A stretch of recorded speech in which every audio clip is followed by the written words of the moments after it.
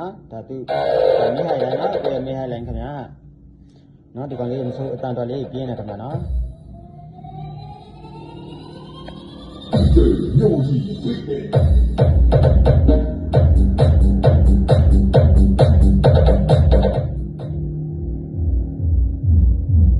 ကဲသူ့ပေးလိုင်းရတော့နော်နေချက်လေးနဲ့နားထောင်မှရမယ်နော်